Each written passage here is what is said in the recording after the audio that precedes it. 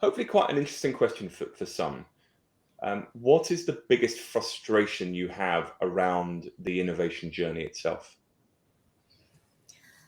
So one of the tricky things about the innovation journey is about incentives and incentives in organizations. And I'm not the first one to say this. It's prevalent throughout the industry.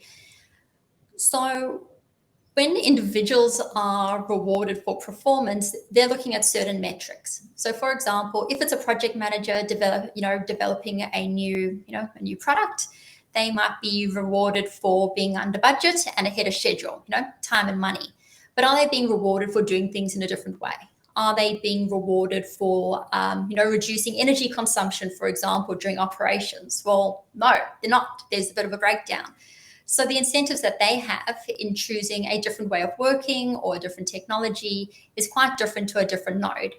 You get somebody in operations, their incentives are quite different. Again, we know that phrase, if it ain't broke, don't fix it. So you've got to look at somebody at that part of the value chain going, well, what incentive do they have to take a risk to do something different?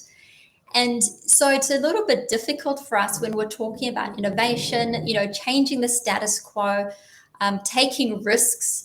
And when it's risk in real estate, it's significant risks. We're talking about the people inhabiting the buildings. We're talking about a workforce. We're talking about, these big, expensive assets that we care a lot about. And of course, the performance of our assets and our responsibilities to our investors. So what we need to do is, when we're thinking about innovation and the challenges, is we need a different way of thinking about, how can innovation be incorporated into, the KPIs or the rewards or the long-term benefits of a project when looking at short-term incentives. So it's a tricky one. It's a tricky one.